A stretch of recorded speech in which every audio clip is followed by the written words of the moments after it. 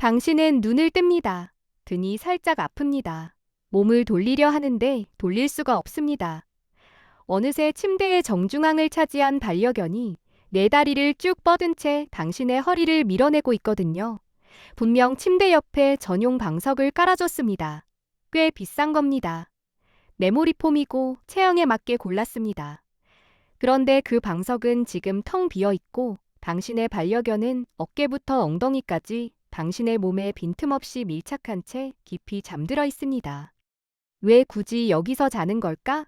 한 번쯤 이런 생각 해보셨을 겁니다. 혹시 분리불안인 건 아닌지, 독립심을 길러줘야 하는 건 아닌지.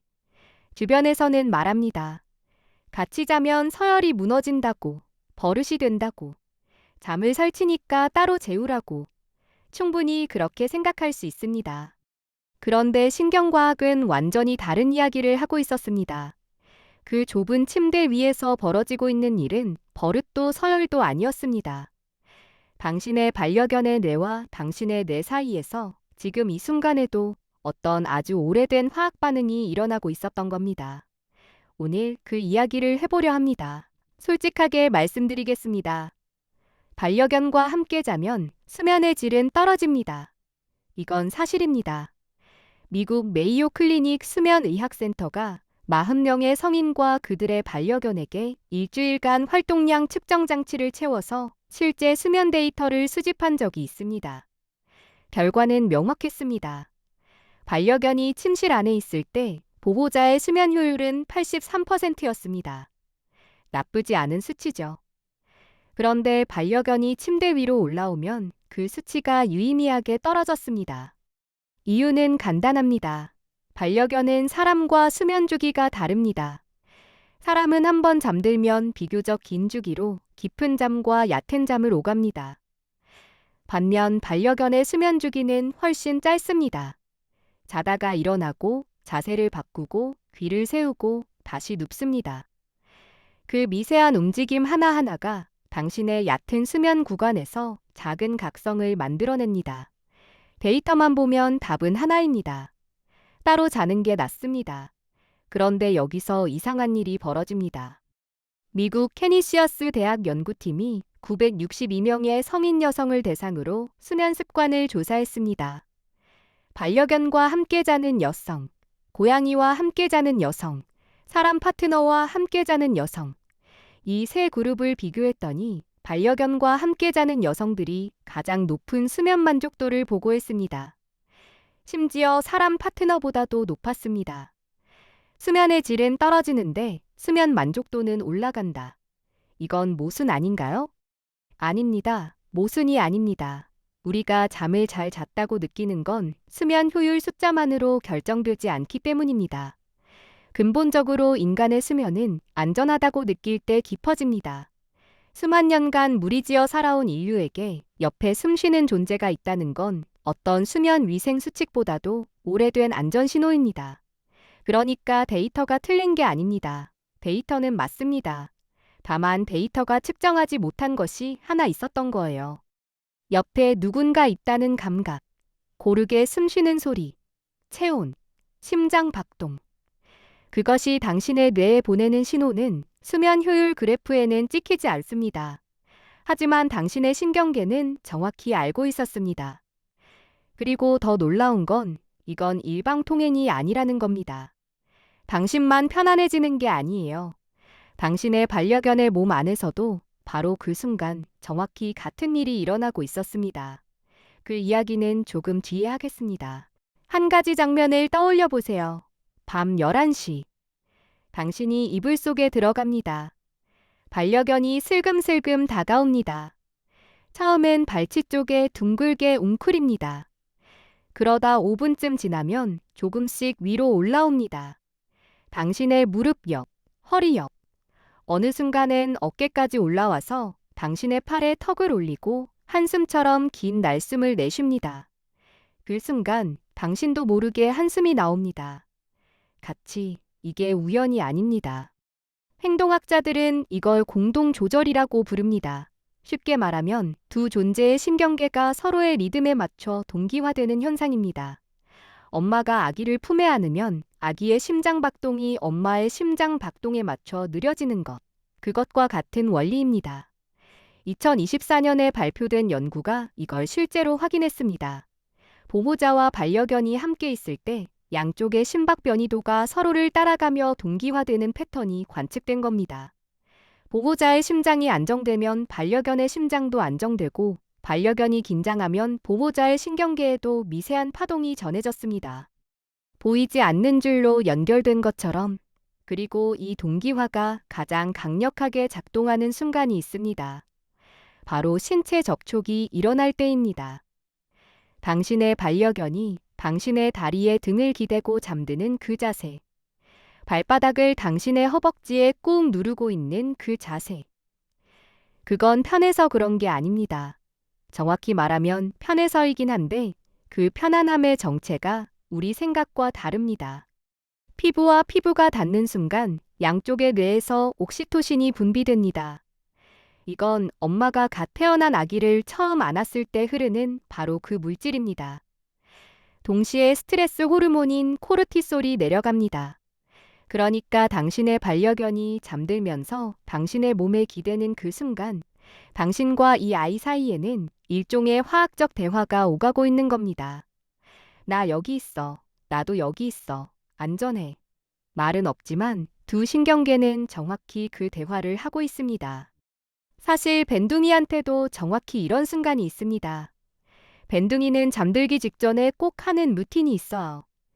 제 옆에 눕자마자 코를 제 손목 안쪽에 박습니다. 맥박이 뛰는 바로 그 자리예요.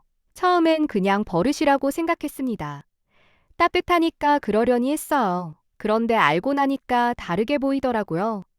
이 아이는 제 심장 박동을 코끝으로 느끼면서 잠드는 거였습니다. 그 리듬에 자기 몸을 맞추고 있었던 거예요. 그날 이후로 그 손목을 빼지 않게 됐습니다. 좀 저리더라도.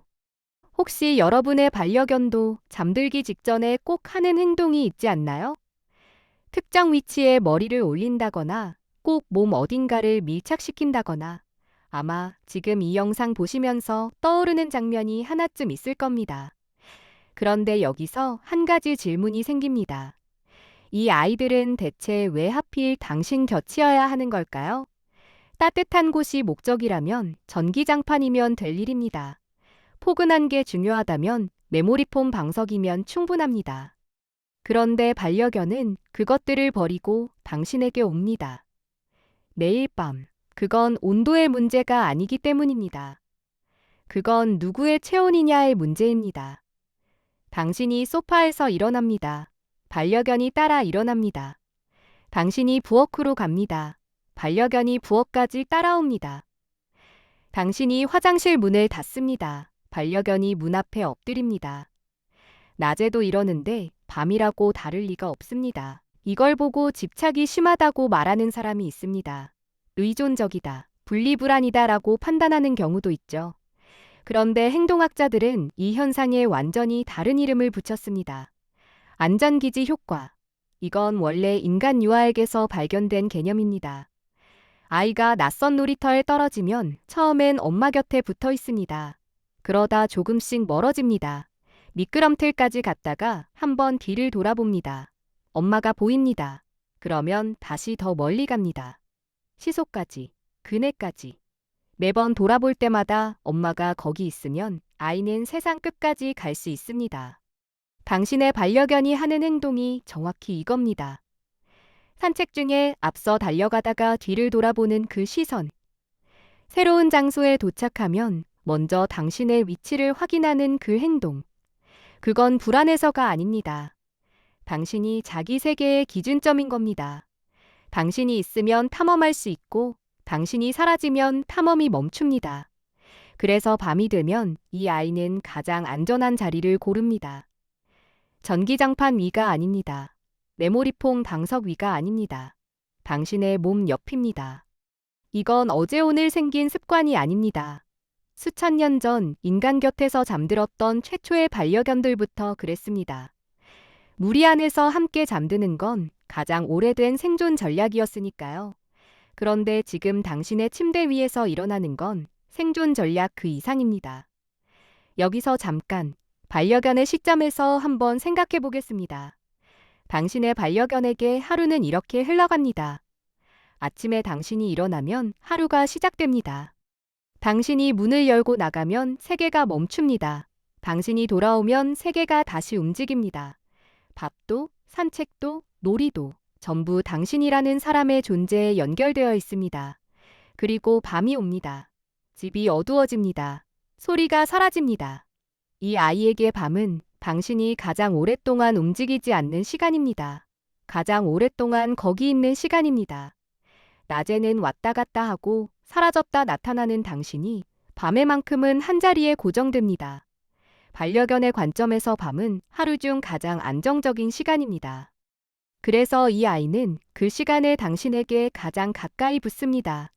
당신의 체온을 느낄 수 있는 거리, 당신의 심장 소리를 들을 수 있는 거리, 당신의 냄새가 가장 진하게 나는 거리, 그 자리가 이 아이에게는 세상에서 가장 안전한 좌표입니다. 당신이 새벽에 눈을 떠서 느끼는 그 불편함, 밀려난 어깨, 저린 팔, 침대 가장자리에 아슬아슬하게 걸친 몸. 그건 이 아이가 당신에게 보내는 가장 솔직한 신뢰의 표현입니다. 온 세상의 자리 중에서 이 아이는 당신 옆을 골랐습니다. 매일 밤 다시 당신 옆을. 여기까지 듣고 나면 한 가지 마음에 걸리는 게 있을 수 있습니다. 밀어낸 적이 있거든요. 저리 가. 내 자리에서 자. 새벽에 너무 불편해서 반쯤 잠든 채로 반려견을 침대 아래로 내려놓은 적 한 번쯤은 있으실 겁니다. 그때 이 아이의 표정을 기억하시나요? 잠깐 멈칫하다가 바닥에 내려가서 한 바퀴 돌고 다시 올라옵니다. 혼나도 다시 옵니다. 밀어내도 다시 옵니다. 그때 그걸 보면서 진짜 고집이 세다고 생각하셨을 수도 있습니다. 아닙니다. 이 아이는 포기하지 않은 겁니다. 당신 곁이 세상에서 가장 안전한 자리라는 걸 이 아이의 신경계가 이미 알고 있으니까요. 밀어내도 다시 오는 건 고집이 아니라 당신을 향한 신뢰가 한 번의 거절로는 흔들리지 않는다는 뜻입니다. 그걸 몰랐다고 자책할 필요는 없습니다. 이제 아니까요? 그리고 하나만 더 말씀드리겠습니다. 당신의 반려견이 당신 옆에서 잠드는 그 순간 내 다리를 쭉 뻗고 배를 보이고 목을 꺾어 당신의 팔에 기대는 그 자세. 그건 야생에서는 절대 하지 않는 자세입니다. 배를 드러내는 건 가장 취약한 부위를 노출하는 것이고 목을 꺾는 건 급소를 내어주는 겁니다. 어떤 동물도 안전하지 않은 곳에서 그 자세로 잠들지 않습니다. 당신의 반려견이 당신 옆에서 그 자세를 취한다는 건 이 아이가 당신 곁에서만큼은 경계를 완전히 내려놓았다는 뜻입니다. 본능이 위험하다고 말하는 모든 자세를 당신 옆에서는 아무렇지 않게 취합니다. 이건 훈련으로 만들어지는 게 아닙니다. 간식으로 가르칠 수 있는 것도 아닙니다. 이건 신뢰입니다. 몸 전체로 표현하는 말 없는 신뢰. 그러니까 오늘 밤 새벽 2시에 눈을 떠보세요. 침대 가장자리에 아슬아슬하게 걸쳐있는 자신을 발견할 겁니다. 등 뒤로는 메모리폼 방석을 거부한 반려견이 당신의 허리에 등을 꾹 대고 숨쉬고 있을 겁니다. 그건 불편한 게 아닙니다. 수천 년 전부터 이어져 온 약속입니다. 나는 내 곁에서 잠들겠다는 이 아이가 매일 밤 당신에게 하는 가장 오래된 고백입니다.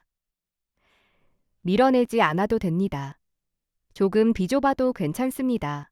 이 아이가 고른 자리는 당신 옆이니까요. 오늘 밤 여러분의 반려견은 어디서 자나요?